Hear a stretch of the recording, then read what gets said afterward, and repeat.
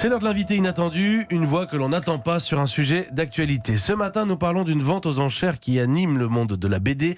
La pièce maîtresse de cette vente, je vous le disais, c'est une couverture à l'encre de Chine d'Hergé, estimée à plus de 270 000 €. Et votre invité, Mathieu, c'est le président de l'Assemblée des départements de France, président de Charente-Maritime, Dominique Bussereau. Bonjour Dominique Bussereau.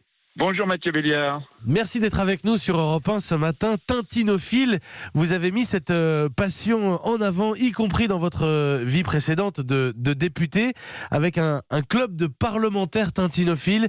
Il faisait plus l'unanimité que bien des projets de loi. Ça, c'est certain. Près d'un député sur 5, lorsqu'on a créé ce club, ils ont décidé d'y adhérer. J'avais même dû écrire à Laurent Fabius, à l'époque président de l'Assemblée, pour qu'une équipe de la BBC puisse venir avec un chien Milou. Et ça fait du bien dans ce lieu, parfois un peu dramatique, de l'Assemblée, de voir que sur la personnalité chaleureuse de Tintin et toute son œuvre, tout le monde se rassemble. Alors simplement une petite question. Quand vous posez la question « Tintin est-il de gauche ou de droite ?», quelle est la réponse ? Alors écoutez, on n'avait naturellement pas de réponse. L'idée, c'était que chacun puisse choisir son Tintin. Donc il y avait Santini qui avait dit qu'il était centriste, un député gaulliste qu'il était gaulliste, député socialiste qu'il était de gauche. Voilà, Tintin, tout le monde s'y retrouve. Les enfants de 7 à 77 ans. Et politiquement, on peut voir le Tintin un peu de l'époque coloniale dans Tintin en Congo et chez les Tupamaros, le Tintin qui soutient plutôt les forces progressistes. Voilà, chacun y trouve son enfance et le visage de son enfance qu'il veut retenir. Alors l'une des œuvres de cette vente aux enchères de dessins d'Hergé, c'est une couverture à l'encre de Chine estimée entre 270 et 300 000 €. Là, c'est beaucoup d'argent. C'est fou. Est-ce que Dominique Bussereau, en revanche, vous seriez capable d'une folie pour un objet autour de Tintin ? Si vous voulez, moi j'ai beaucoup d'objets autour de Tintin, j'ai beaucoup de Tintin dans toutes les langues, j'ai beaucoup de faux Tintins, parce que les faux Tintins, même si la Fondation Hergé les déteste, ils sont quand même assez drôles.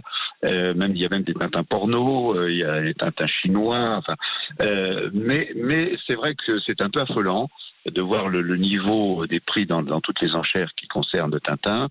Je trouve qu'il y a quand même une forme d'exagération, même si toute passion entraîne des sacrifices. Alors, on a préparé avec notre équipe un tout petit quiz pour Dominique Bussereau, le tintinophile. Vous allez voir, c'est pas bien méchant. À 6h20 du matin, c'est dur, Mathieu. Dominique, quel est le prénom du capitaine Haddock ?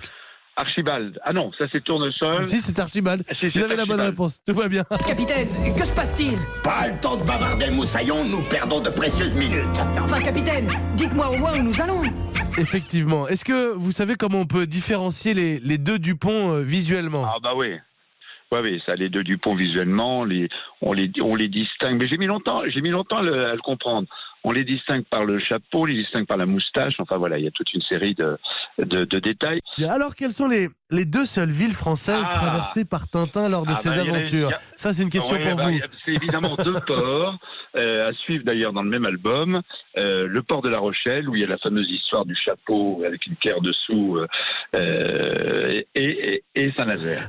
Simplement, si on se quitte en musique, on se quitte avec quoi ? Si on se quitte en musique... je dirais qu'il y a peut-être un chanteur qui pourrait représenter un peu Tintin parce qu'il est intemporel et qui vient d'atteindre un âge certain. Ça serait joli, une belle chanson d'Hugo Frey.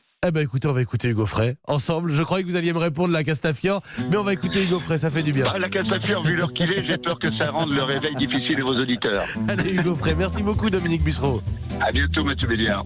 C'est un fameux trois-mâts fin comme Tintin, c'est génial.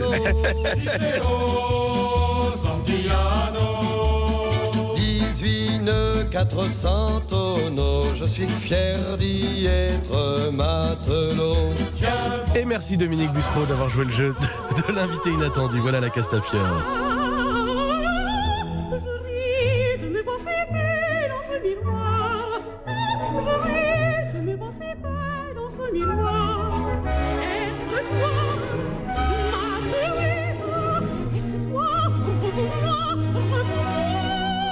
C'est pas si dur. Un très bon réveil à toutes et à tous sur Europe 1.